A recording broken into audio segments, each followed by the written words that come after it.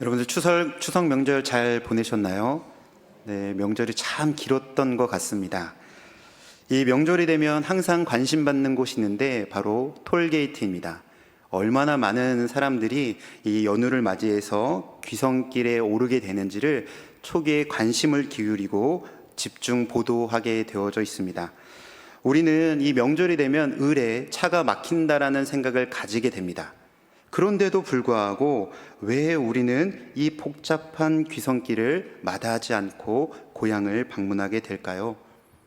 그곳에 돈이 많아서 혹은 집이 편안해서이겠습니까? 그렇지 않습니다. 그곳은 나를 사랑하는 사람, 곧 사랑이 있기 때문일 것입니다. 우리가 고향으로 가는 이유는 결국 사랑을 확인하고 오랫동안 떨어져 있던 그 관계를 회복하기 위해서 그랬다라는 겁니다. 고향은 단순히 우리가 태어난 지명, 땅이 아니라 내 이름을 불러주는 사람이 있는 곳이 바로 진정한 고향이다라는 것이죠. 세월이 흘러 부모님이 연세가 드시고 마을이 변해도 그 집의 문을 두드리면 여전히 왔는가라고 하는 나를 맞이해주는 그 따뜻한 음성 때문에 우리는 고향길을 가는 것을 주저하지 않는다라고 하는 것입니다. 그래서 부모의 품이 사라진 고향은 더 이상 우리에게 고향으로 여겨지지 않는 것 같습니다. 집은 그대로 있어도 사랑하는 이가 없는 집은 그저 빈 껍데기일 뿐이다라는 것이죠. 그래서 결국 고향이란 누군가 나를 기다리냐라고 하는 것으로 정의할 수 있게 되는 것 같습니다. 그런데 성도 여러분, 신앙도 마찬가지인 것 같습니다. 우리에게 이 땅은 고향이라기보다도 더 깊은 영혼의 본향을 향해 나아가는 삶의 여정 가운데 있다라고 하는 것입니다. 그곳에는 우리를 지으시고 우리의 필요를 채워주시며 지금도 기다리고 계시는 아버지 하나님이 계시는 곳입니다. 우리는 이 세상에서 잠시 나그네로 살아갑니다. 하지만 그 믿음의 여정 끝에는 아버지의 집, 곧 하늘 본향이 우리를 기다리고 있다라고 하는 이 사실을 잊지 말아야 한다라는 것이지요. 오늘 본문은 그렇게 삶을 살았던 믿음의 선배들의 이야기가 기록되어져 있습니다. 이 세상을 살아가면서도 어떻게 오늘 본문에 등장한 믿음의 선배들, 믿음의 사람들은 이 땅을 살면서 하늘 본향 소망을 잊지 않고 살았을까? 오늘 본문을 통해서 그 비결을 깨닫는 은혜, 그래서 하늘 본향을 꿈꾸며 살아가는 우리 모두가 되시기를 주님의 이름으로 축복합니다. 오늘 본문인 히브리서 11장을 우리는 흔히 믿음장이다라고 말을 합니다. 왜냐하면 믿음의 이야기가 많이 나오기 때문에 그렇죠. 그런데 그 이유가 여기에 있다라고 하는 겁니다. 이 히브리서의 수신자, 그들은 대부분이 유대인이었다가 그리스도를 믿어 개종한 사람들에게 쓰여진 서신서입니다. 그들은 예수를 믿는다는 이유 하나만으로 일순간에 재산을 빼앗기기도 했고, 또한 삶의 터전에서 쫓겨나기도 했으며 가족에게 버림받기도 했고, 더 나아가 목숨의 위협까지도 받는 상황에 처해 있었다라는 것을 성경은 이야기합니다. 히브리서 10장 32절에 보면 너희가 비방과 환난으로 고난의 큰 싸움을 견뎌낸 것을 기억하라 라고 말을 한다라는 겁니다. 예수 그리스도를 믿는다는 그 믿음 하에 사회적 고립과 손해가 그들을 늘 따라다녔다는 것을 성경은 이야기하고 있다는 거죠. 그런 어려운 상황 가운데 이 유대인 그리스도인들이 이런 생각을 하게 되는 겁니다. 이렇게 힘이 든데 다시 유대교로 돌아간다면 나의 삶은 더 편해지지 않을까? 조금만 이 세상과 타협한다면 내가 덜 힘들고 덜 외롭지 않을까라고 하는 그런 마음이 들었다라는 겁니다. 그래서 하나님께서는 히브리 기자를 통해서 이렇게 말씀하시는 겁니다. 아니다, 그렇지 않다. 이 길이 비록 힘들고 고난스럽지만 이 길이 진정 믿음의 길이다. 이 길 끝에는 더 나은 본향이 있다. 너희의 시민권은 이 땅이 아니라 하늘에 있다라는 것을 전해주시기 위해서 오늘 본문을 기록하고 있다라는 겁니다. 이 말씀을 보면서 이런 생각을 해보았습니다. 오늘날 이 세상을 살아가는 우리네 모습과도 동일하지 않을까라고요. 우리도 세상 속에서 예수를 믿는다는 이유로 많은 차별과 불이익을 당하고 살아가고 있지 않습니까? 세상 가치관과 정면으로 충돌하면서 그 속에서 손해를 보는 것이 우리네 크리스찬의 모습이 맞는 것 같습니다. 그때 히브리 기자는 다시금 우리에게 말하는 것입니다. 그것이야말로 진정한 믿음의 길이라고. 그 길을 통하여서 우리는 하늘 본향을 향해 나아가는 순례자의 삶을 살아가고 있노라고 우리에게 다시금 확인해주고 있다라는 겁니다. 사랑하는 성도 여러분, 우리는 무엇을 향해 이 세상을 살아가야 할까요? 오늘 본문에 기록되어져 있는 저 하늘 본향을 바라보며 살았던 믿음의 선진들의 모습으로 우리도 살아내야 될 줄로 믿습니다. 그렇다면 오늘 본문에 믿음의 선진들은 어떻게 하늘 본향을 바라보면서 살 수 있었을까요? 첫 번째, 믿음은 끝까지 붙드는 것으로 믿었기 때문에 그랬다라는 겁니다. 오늘 본문 13절 이렇게 말합니다. 이 사람들은 다 믿음을 따라 죽었으며 약속을 받지 못하였을 때 그것들을 멀리서 바라보고 환영하였다라고요.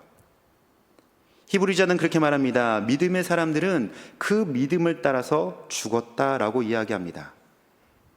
이 의미는 무엇이냐면 그들이 마지막 숨을 거두는 순간까지 그것이 하나님께서 정하신 연수대로 살아서 죽었든지 아니요 말씀드렸던 환난과 핍박 속에서 죽었든지 그들은 그 순간까지 믿음으로 살았다라는 것을 이야기하고 있다라는 겁니다.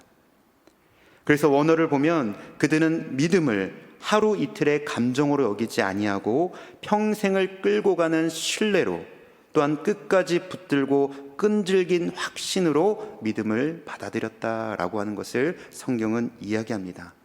이와 같은 이야기 속에서 성경은 가나안을 약속을 받았던 아브라함도 적과 끓어오르는 땅을 바라보았던 모세도 그들이 삶 가운데 하나님의 약속이 완전히 성취되지는 않았지만 그들은 그 약속을 절대로 포기하지 않았다라고 이야기합니다. 그 이유가 무엇일까요? 하나님은 기다리는 자, 약속을 소망하는 자에게 반드시 이루어 주시는 분이다라는 것을 그들은 믿었다라고 하는 겁니다. 그래서 본문에서 멀리 바라보고 환영하며 라고 말하고 있는데 여기서 환영한다라는 뜻은 마음에 품었다 라는 뜻이고 마치 이미 이루어진 것처럼 기뻐했다라고 하는 것을 이야기하고 있습니다. 오늘 본문에 소개되어지고 있는 그 믿음의 선진들은 바로 이와 같은 믿음의 눈과 시선으로 하나님께서 허락하실 그 본향을 바라보면서 그 힘듦과 어려움들을 이겨내었다라고 이야기합니다. 이와 같은 이야기들이 성경 속에는 너무나도 많이 기록되어져 있습니다. 구약에 가보면 노아를 바라보십시오. 하나님께서 노아를 의로운 자라고 여기시면서 하나님께서 약속하셨습니다. 노아의 방주를 만들어라. 그러면 후에 홍수로 내가 이 땅의 곳들을 다 멸하리라 라고 말씀하시죠. 그렇게 노아는 하루 이틀 수일에 걸쳐서 방주를 짓기 시작합니다. 인간의 한계 속에서 1년 정도 열심히 뚝딱뚝딱 만들다 보면 이때쯤 오시지 않을까, 비가 내리지 않을까 그런 생각하지 않겠습니까? 그런데 그와 같은 기다림이 무려 120년이나 되었다라는 겁니다. 이 120년 동안 수많은 사람들이 노아와 그 가족들을 조롱했습니다. 하늘을 봐라. 구름 한 점 없는데 비 한 방울 떨어지지 않는데 무슨 홍수로 우리가 망한다라는 거냐. 그런 비아냥과 조롱 속에서 노아는 120년 동안 묵묵히 나무를 깎고 말씀을 붙들었습니다. 그 기다림의 결과는 무엇입니까? 그 믿음이 결국 방주를 띄웠다라는 겁니다. 신약에도 보십시오. 시몬과 안나는 메시아를 보기 전까지 죽지 아니하리라는 말씀을 들었습니다. 그리고 그 말씀을 붙잡고 평생 성전에서 기도하며 기다렸던 여인들입니다. 그리고 마침내 아기 예수를 품 안에 안게 됩니다. 그리고 이렇게 고백하지요. 주여 이제야 말씀대로 평안히 떠납니다 라고요. 믿음의 기다림의 끝은 바로 하나님과의 만남이 예정돼 있다라는 것을 우리는 기억해야만 한다라는 것입니다. 사랑하는 성도 여러분, 믿음은 끝까지 붙들며 기다리는 기다림이다 라는 것을 다시 한번 기억하시기를 주님의 이름으로 축복합니다. 그 기다림 속에서 비록 눈앞에는 아무것도 보이지 않지만 우리 신실하신 하나님께서 반드시 이루실 것이다 라는 것을 믿는 믿음으로, 그 확신으로 살아가는 그 삶이 저 천국 본향을 바라보게 했다라는 것을 오늘 성경은 우리들에게 말씀하고 있습니다. 우리는 추석 명절을 맞아서 많은 분들이 고향에 다녀오셨을 것이라고 생각이 되어집니다. 그 길이 또 얼마나 막혔으며 또 얼마나 힘이 들었을까 생각하면 참 고생스럽다라는 생각이 듭니다. 그런데도 다들 갑니다. 왜요? 그곳에 사랑하는 가족이 기다리고 있기 때문에 그렇지 않습니까? 그 기다림 하나가 그 힘든 길을 버티게 했다라는 겁니다. 믿음도 마찬가지입니다. 우리의 믿음의 길도 결국 아버지께로 돌아가는 여정이다라는 것이죠. 비록 힘들고 길고 어려움이 있어도 끝까지 가야 되는 이유가 그 길 끝에는 우리 하나님께서 그 넓으신 품 안에 우리를 품으실 준비를 하고 계시기 때문에 그렇다라는 겁니다. 이렇게 믿음은 끝까지 붙드는 것입니다. 그리고 믿음은 보이지 않는 약속을 이미 붙드는 확신인 것이지요. 믿음은 결국 하늘 본향을 향한 여정인 것입니다. 오늘 우리가 이 믿음을 끝까지 지켜 하늘 본향에 하나님 품으로 나아갈 수 있는 우리 모두가 되시기를 주님의 이름으로 축복합니다. 두 번째는 무엇일까요? 믿음의 사람들이 어떻게 이 땅에 살면서 하늘 본향을 바라보았을까요? 그것은 믿음의 사람들은 나그네로 이 세상을 살았다라고 이야기합니다. 13절 후반절이 이렇게 말합니다. 또 땅에서는 외국인과 나그네임을 증언하였으니라 라고요. 이 말에는 굉장히 깊은 뜻이 담겨져 있는데요. 여기서 외국인이라고 하는 헬라어의 뜻을 보니까 이곳에 속하지 않은 사람이다라고 하는 뜻이 담겨져 있고, 또 나그네라고 하는 말은 잠시 머무는 손님, 여행자, 순례자라고 하는 뜻이 담겨져 있다라고 하는 겁니다. 다시 말해서 믿음의 사람들은 자신이 이 땅의 정착자가 아니라 순례자라고 하는 이 생각과 믿음 속에서 살아갔던 사람들이다라고 하는 것이죠. 이 세상에 살지만 세상에 속하지 않는 사람, 이 세상에서 살아는 가지만 세상에 묶이지 않는 사람, 그것이 바로 믿음의 사람들의 아이덴티티, 정체성이다라고 성경은 우리들에게 이야기하고 있다라는 겁니다. 대표적인 인물이 오늘 본문에 등장하는 아브라함입니다. 하나님께서 아브라함에게 너는 본토 친척 아비 집을 떠나 내가 내게 보여줄 땅으로 가라 라고 명령하시죠. 그래서 아브라함은 그 익숙한 땅을, 고향을 떠나게 됩니다. 그리고 가나안 땅에 들어갔습니다. 그러나 그는 집을 짓고 살지 않았습니다. 히브리서 11장 9절에 이렇게 말합니다. 믿음으로 그는 약속의 땅에 타국인과 같이 거하였으며 장막에 거하였으니라 라고 말합니다. 사람이 한 곳에 정착하게 되면 가장 먼저 하는 것이 누구나 다 집을 짓게 되어 있습니다. 그러나 아브라함은 집을 짓지 않고 장막을 지었다라는 것이지요. 왜일까요? 그는 그곳이 마지막 집이 아니다라는 것을 알고 있었기 때문에 그랬다라는 겁니다. 다윗도 마찬가지입니다. 시편 39편 12절에 이렇게 고백합니다. 나는 주와 함께 있는 나그네이며 나의 모든 조상들처럼 떠도는 자입니다 라고 고백했습니다. 한 나라의 왕이 자신을 가리켜서 나그네다, 떠도는 자다라고 표현하는 것은 그는 지금 자신이 누리고 있는 모든 것보다 하늘 본향을 사모하는 그 마음이 더 컸다라는 것을 우리들에게 이야기하고 있다라는 겁니다. 사랑하는 성도 여러분, 나그네의 삶을 한번 떠올려 보십시오. 그 삶에는 편안함은 없습니다. 잠잘 곳도 일정치 않았고 늘 낯선 환경에 적응해야 됐으며 사람들에게도 때로는 환영받지 못하는 삶을 살아가는 것이 나그네의 삶이지 않습니까? 그래서 나그네로 산다라는 것은 늘 불편하고 늘 부족하고 늘 외로웠다라는 겁니다. 그렇지만 성경은 우리들에게 말합니다. 그 불편함이 바로 믿음의 증거라고요. 우리가 진정한 본향이 이 땅이 아니고 저 하늘나라라고 느끼게 하고 고백하게 하고 깨닫게 하는 것이 바로 그 불편함에서 나온다라는 것을 우리들에게 이야기하고 있다라는 겁니다. 빌립보서 3장 20절에 우리의 정체성을 이렇게 말합니다. 우리의 시민권은 하늘에 있는지라라고요. 사랑하는 성도 여러분, 이 땅에서 우리가 하나님이 주신 풍성한 은혜 가운데서 잘 사는 것도 중요합니다. 하지만 그 잘 삶이 저 하늘 본향을 바라보는 나그네의 삶을 포기해서는 안 된다라는 것을 우리는 이 말씀을 통해서 다시 한번 깨달으시기를 주님의 이름으로 축복합니다. 세상의 가치에 묶이지 아니하고 영원한 하나님 나라를 바라보는 것이 바로 우리다라고 하는 이 정체성을 우리는 깨달아야만 한다라는 것이죠. 이것을 알 수 없는 세상은 우리들에게 이렇게 늘 말합니다. 너 왜 그렇게 살아? 왜 그렇게 손해보면서까지 정직하게 살아야 될 이유가 있어? 왜 주일마다 예배를 지켜?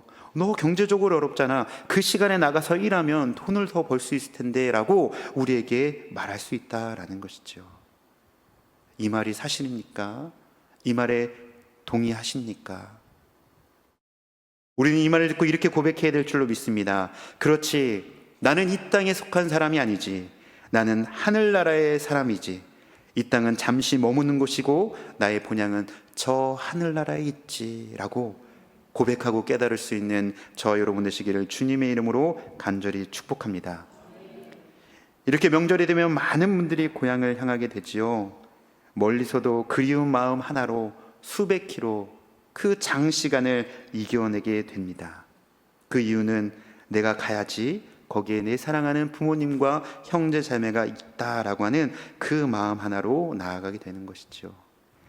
그런데 성도 여러분, 우리의 믿음의 여정도 동일한 것 같습니다. 이 세상은 잠시 머무는 곳이고 우리의 진짜 고향은 하늘 본향입니다.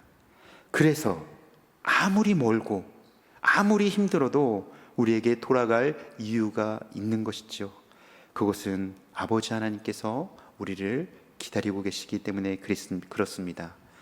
이 땅에서 아무리 편한 집을 가져도 그 집은 결국 잠시 머무는 장막일 뿐이다. 우리는 진짜 머물 곳은 하나님께서 예비하신 저 하늘집이다라는 이 믿음을 붙잡고 늘 순례자로 나그네의 삶으로 저 천국 본향을 바라보시며 살 수 있는 저와 여러분 되시기를 주님의 이름으로 축복합니다. 마지막 세 번째는 믿음의 사람들이 이 땅을 살면서도 하늘 본향을 바라보면서 살 수 있었던 것은 그 하늘 본향이 하나님과의 관계 속에서 결정되어진다라는 것을 깨달았다라는 겁니다. 15절과 16절에 보면 이 본문 말씀에서 본향이란 장소가 아니라 관계다라는 것을 이야기합니다. 다시 말하면 내가 어디에 있느냐 보다도 내가 누구와 함께 있느냐가 중요하다라는 것을 이야기하고 있다라는 것이죠. 그래서 히브리 기자는 이렇게 말합니다. 그들이 옛 고향을 생각했다면 돌아갈 수도 있었을 것이다. 그러나 아브라함은 뭐라고 말합니까? 그가 돌아갈 수 있는 갈대아 우르가 있었지만 그는 돌아가지 않았습니다. 그 이유는 단 한 가지, 그가 찾는 진짜 본향은 이 땅에 있는 것이 아니라 저 하나님이 계신 저 하늘나라에 있다는 것을 깨달았기 때문에 그랬다라는 겁니다. 다시 말씀드리면 본향이란 우리가 태어난 곳, 장소를 의미하는 것이 아니라 본향은 사랑이 있는 곳이다라는 것이죠. 사랑 대신 하나님 아버지가 계시는 곳이 진짜 본향이다라는 것을 오늘 히브리 기자를 통해서 믿음의 선진들의 모습을 우리들에게 소개해주고 있다라는 겁니다. 그래서 예수님도 요한복음 14장에서 이렇게 말씀하십니다. 내 아버지 집에는 거할 곳이 많도다. 내가 너희를 위하여 거처를 예배하러 가노니 라고 말씀하시는데, 예수님은 단순히 천국이 있어 라고 말씀하시는 것이 아니라 그곳에 너희 아버지가 계시는데 그분이 너희를 기다리고 있어 라고 말씀하고 있다라고 하는 것입니다. 이렇게 우리에게 본향은 장소를 지칭하는 것이 아니라 그곳에 누가 있느냐, 바로 우리 하나님이 계시면 그곳이 본향이다라는 것을 우리에게 이야기합니다. 신학자 칼바르트는 이렇게 말을 합니다. 천국은 어떤 장소가 아니라 살아계신 하나님과의 온전한 교제 그 자체다라고요. 그래서 우리는 저 천국에 가야지만 하나님과 본향에서 거한다라는 이 생각에서 벗어나셔야 됩니다. 이런 개념, 이 장소적이고 거리상의 개념이 아니라 관계 속에서 하나님의 참된 본향, 우리의 참된 본향을 깨달을 수 있는 저와 여러분 되시기를 주님의 이름으로 간절히 축복합니다. 요한계시록 21장 3절에 또 이렇게 기록합니다. 하나님의 장막이 사람들과 함께 있음에 그들이 하나님의 백성이 되고 하나님이 친히 그들과 함께 계시리라. 하나님이 계신 곳이 바로 본향이다라는 것을 우리들에게 이야기하고 있다라는 거죠. 우리는 명절을 맞아서 고향을 찾았습니다. 그 길이 힘들어도 그곳에 부모님이 계시고 사랑하는 이가 있기 때문에 우리는 감내했지요. 그런데 그곳에 부모님이 안 계시고 집만 있다라고 생각해 보십시오. 그곳은 왠지 우리들에게 낯설게 여겨질 것입니다. 그곳은 더 이상 고향 같은 가치가 없게 되는 것이지요. 왜 그렇습니까? 사랑이 떠났기 때문에 그렇습니다. 사람은 사랑이 있는 곳을 고향이라고 부르게 되어져 있는 것이죠. 우리의 신앙도 마찬가지인 것 같습니다. 하나님과의 관계가 깨어지면 교회를 다녀도 예배를 드려도 마음이 안정되지 못하고 낯설기만 합니다. 그러나 하나님과의 관계가 회복되어지면 어느 곳에든지 평안을 누릴 수 있고 그곳이 고향처럼 푸근한 느낌을 받게 된다라고 하는 것이죠.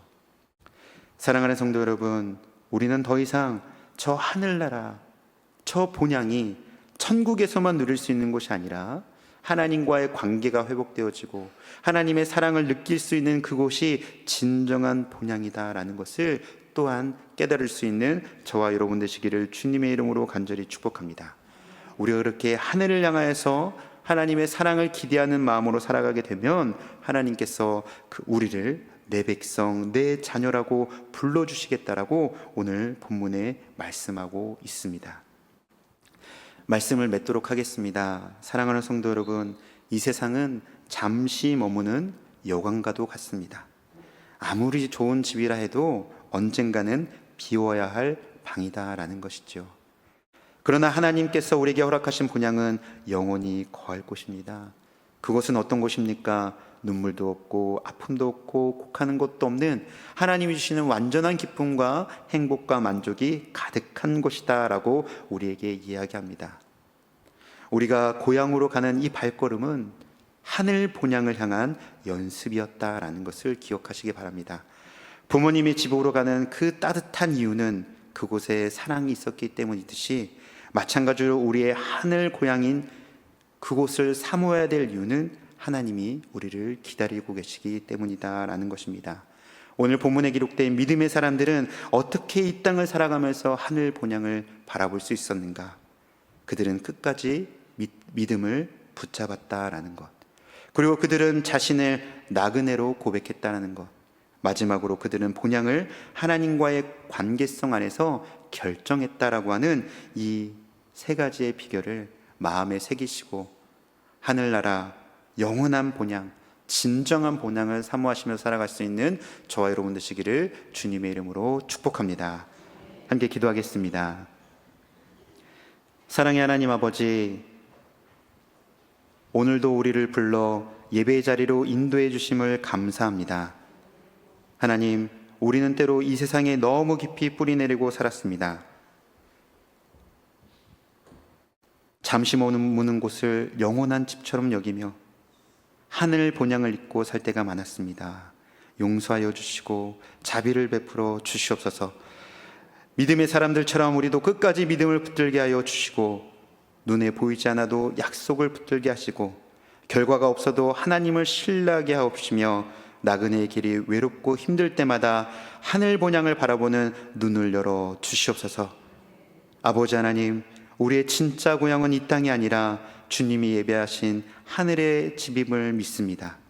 그곳에서 주님과 함께 살 날을 소망하며 그날까지 우리의 믿음을 지켜 주시옵소서. 주님, 우리가 이 땅을 걸어갈 때는 나그네로 살지만 그 길 끝에는 아버지의 품에 안기게 될 줄을 믿습니다. 그날까지 믿음으로 살게 하시고 소망으로 견디게 하시며 사랑으로 승리하게 하옵소서. 이 모든 간구 우리 주 예수 그리스도의 이름으로 간절히 기도드립니다. 아멘.